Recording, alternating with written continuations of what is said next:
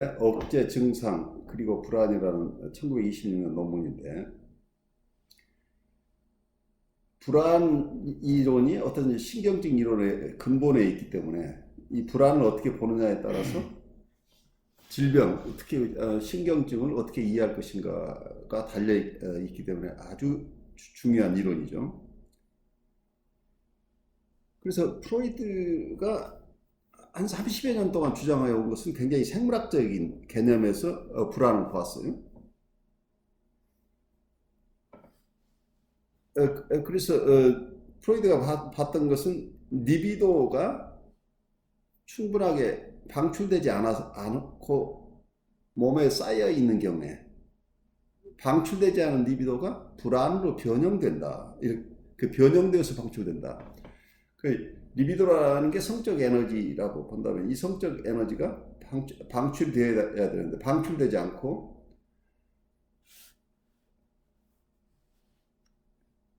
그대로 남아있는 상황에서는 이게 처리하는 방법이 이게 불안으로 변형되어서 방출된다. 이런 인식을 했던 거죠.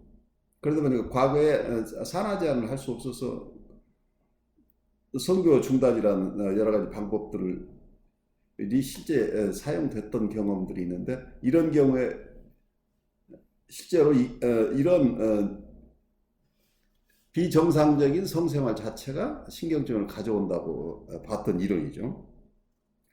그런데 1926년에 나온 이 억제 증상 그리고 불안에 관한 이 불안이라는 이 책에서 나오는 얘기는,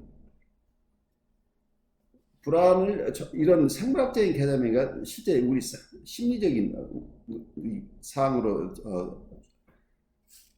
바꾸어서 보는 그런 중요한 논문이죠. 마음과 관련돼서 보는데, 불안은 어떤 위험이 생길 때마다 이고가 자아가 직면하는 자아가 경험하는 정서라는 얘기예요.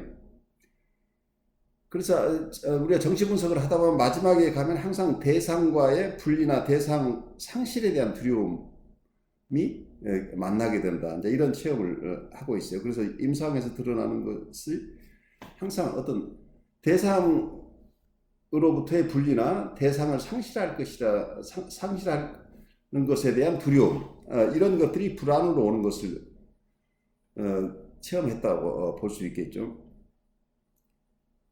그래서 프로이드는 불안을 좀 다양하게 구별을 한 건데, 실제 위험에서 오는 현실 불안, 그리고 무력한 자아를 압도하는 외상적 상황, 트라우마틱한 상황에서 촉발되는 자동적인 불안, 그리고 자아가 위험에 반응할 수 있는 상황 속에서 활성화되는 신호 불안. 그래서 시그널 앵사이티라는 용어를 앞으로 많이 보게 될 거예요.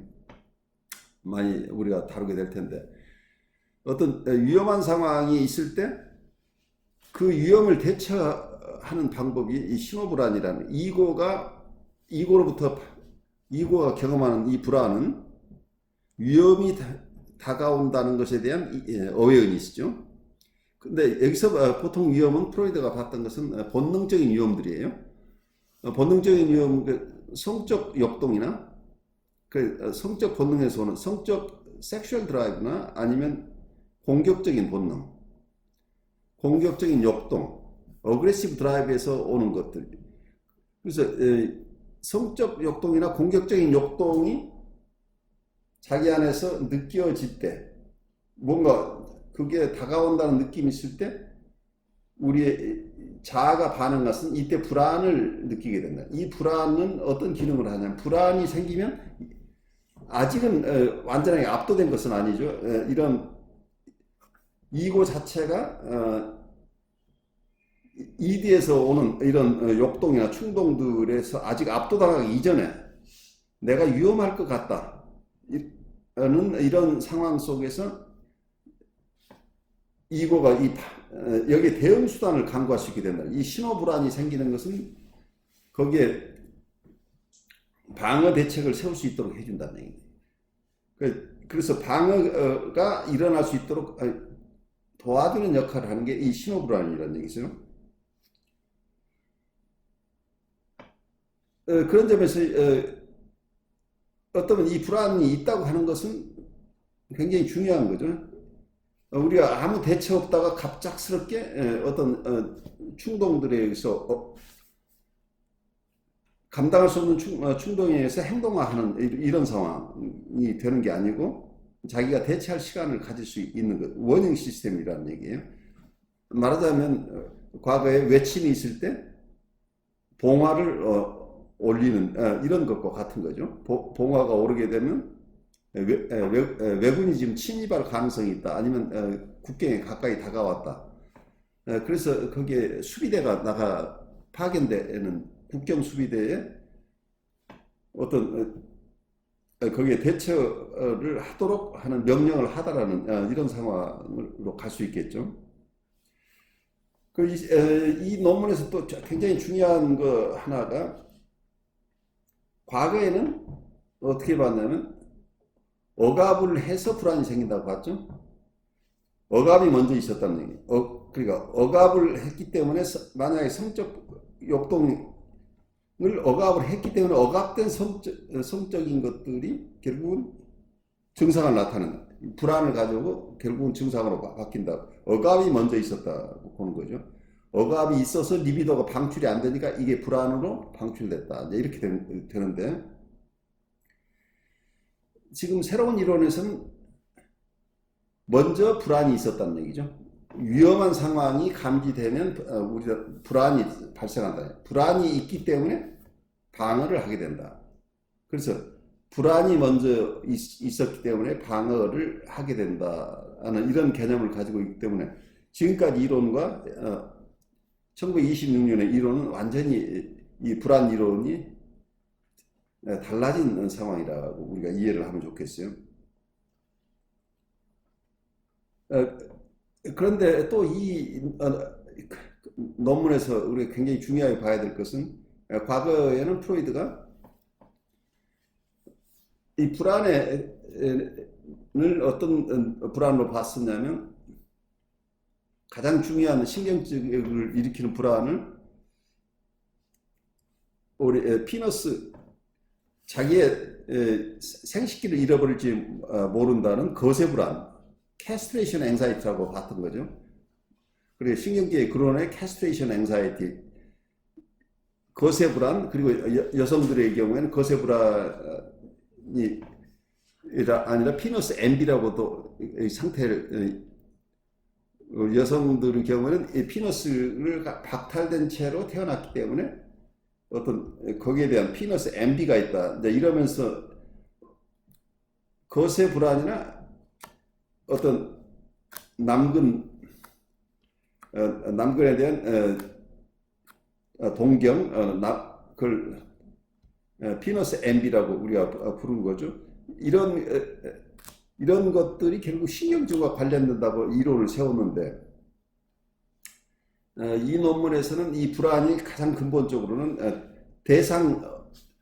대상으로부터의 분리나 대상과의 분리나 대상을 상실할 것에 대한 두려움, 이것이 가장 근원적이라고 봤어요. 그렇다고 한다면 이 근원적인 것, 대상과의 분리나 상실은 굉장히 넓은 개념이죠. 그래서 프로이드가 초기에 봤던 어떤 자기의 남근을 잃어버릴 거라는 거세불안이라고 하는 것은 이런 큰 넓은 어떤 두려움 중에 하나일 수는 있겠지만 그거 자체가 신경증의 가장 큰 원인이라고 얘기할 수 없게 됐다는 얘기예요. 그런데 아까 우리가 지난주에 영국에서 멜라니 클라인이나 어니스트 존스 입장도 어떤 불안을 근원적으로 근본적 불안이라는 개념, 어니스트 존스가 봤던 건 좀 근본적인 불안은 어떤 면에서는 자기가 자기 안에 있는 모든 것을 그 판타지 속에서 어떤 누군가가 자기 안에 있는 모든 것을 내적인 걸 파괴해 버려서 자기는 어떤 성적 만족을 앞으로 얻을 수 없을 만큼 완벽하게 다 상실해 버릴 것 같은 두려움, 이런 것을 근본적인 불안이라고 얘기를 했었는데, 그 멜라니 클라인도 앞으로 우리가 공부하면서 보면 아주 초기의 불안을 가지고 얘기를 하죠. 그런 점에서 이 프로이드의 지금 이 이론은 어떤 면에서는 영국의 런던 학파나 아니면 여기서 멜라니 클라인이 얘기하는 것하고 전부 같은 얘기를 지금 1920년 논문에서 하고 있어요. 그런데 문제는 1926년에 이 논문을 썼는데, 이 논문을 쓰고 나서 또 프로이드가 자기가 쓴 논문에 대한 평가절하를 했다고 그래요. 그걸 그대로 수용하는 데 대해서 확신들이 적었다고 하는 거죠. 그러다 보니까 이 프로이드의 제자들 중에 이걸 받아들이는 사람과 받아들이지 않는 사람들이 많이 생기죠. 그리고 어떤 면은 프로이드의 지금 이 이론은 오토 랑크라고 하는 자기의 제자의 이론하고도 굉장히 맞닿아 있어요. 오토 랑크가 자기의 글의 출생 외상이라는 이런 것에서 이 원초적 외상은, 그분은 우리가 처음 태어날 때 갖는 상처, 이것을 최초의 불안이라고 보고, 모든 것은 출생의 외상이라는 이 원초적인 외상을 솟아나는 거다. 이런 표현을 every action이라고 하는 것은 과거에 있었던 그 출생 때 있었던 트라우마, 그 외상이 계속해서 드러나는 것이다. 그 외상 때 있었던 정서를 방출하는 과정이다라고 봤어요. 이게 불안의 엄습이라고 봤어요. 그래서 오토 랑크는 아주 철저하게 지금 세퍼레이션 앵자이티를 본 거죠. 초기에 어머니라는 대상과의 분리됐던 최초의 출산 경험에 가장 큰 모든 불안의 근원이 있다고 봤는데, 프로이드도 처음에는 이 얘기를 일정 부분, 프로이드 여기서도 출생 때에 생기는 이 트라우마에 대한 얘기를 다 수용을 했어요. 그렇지만 오토 랑크는 너무 지나치게 모든 불안은 거기 하나로만 다 이런 출생의 외상 하나를 가지고 모든 불안을 이해하려고 했기 때문에 거기에 대해서 반론을 프로이드가 수용할 수가 없었어요. 그래서 이 오토 랑크의 논문에 대한 반대의 견해를 제시한 게 이 논문이라고 보여요. 오토 랑크가 1924년에 출생의 외상이라는 책을 썼는데, 그에 대한 어떤 본인의 프로이드 스스로의 입장을 밝힌 게 이 논문이라는 얘기, 1926년에 쓴 이 논문인데, 그래서 오토 랑크가 봤던 출생의 외상이라는 이 출생의 외상의 모든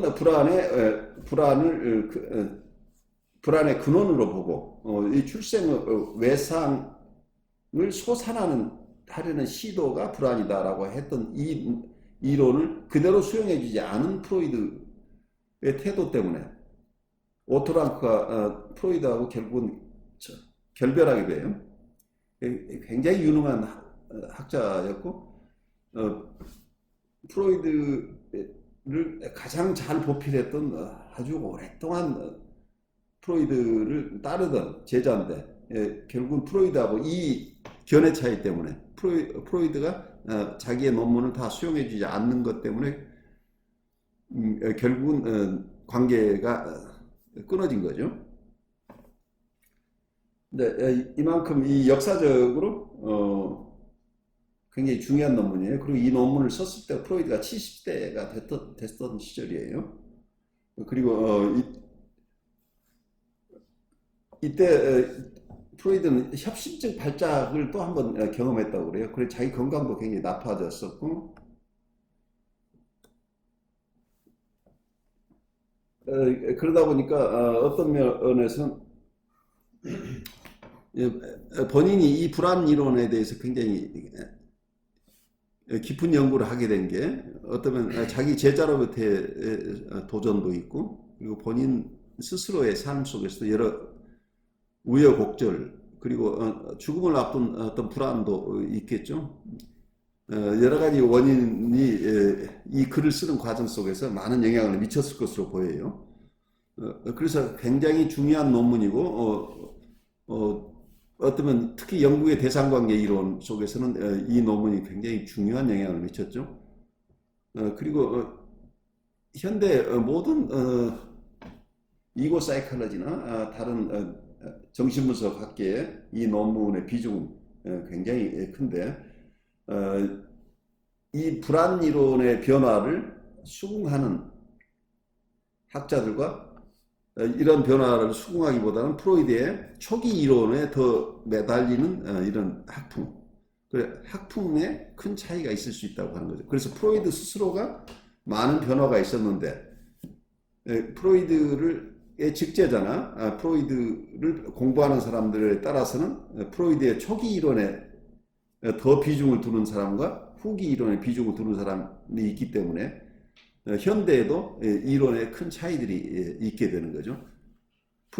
특히 락강 같은 분은 프로이드의 후기 이론을 전혀 인정을 하지 않아요. 프로이드가 처음에 아주 잘 이론을 세우셨다가 어쩌면 후반기에 와서 엉뚱한 얘기를 했다고 지금 보는 거죠. 이 불안 이론을 수용하지 않고 있죠. 락강 같은 경우에는. 그래서 굉장히 많은 것을 포함하고 있고 아마 우리가 아무리 열심히 해도 이 내용을 우리가 다 소화할 수는 없어요. 왜냐하면 그만큼 이게 이 내용이 도전적이고 방대한 내용이고 그 이전의 이론과 서로 상충되기 때문에 여러분 스스로에도 혼란을 가져오고 또 프로이드를 따랐던 많은 제자들도 혼란 속에 있도록 한 논문이에요. 그래서 이 논문을 우선 원문 가지고 조금만 더 보도록 하죠.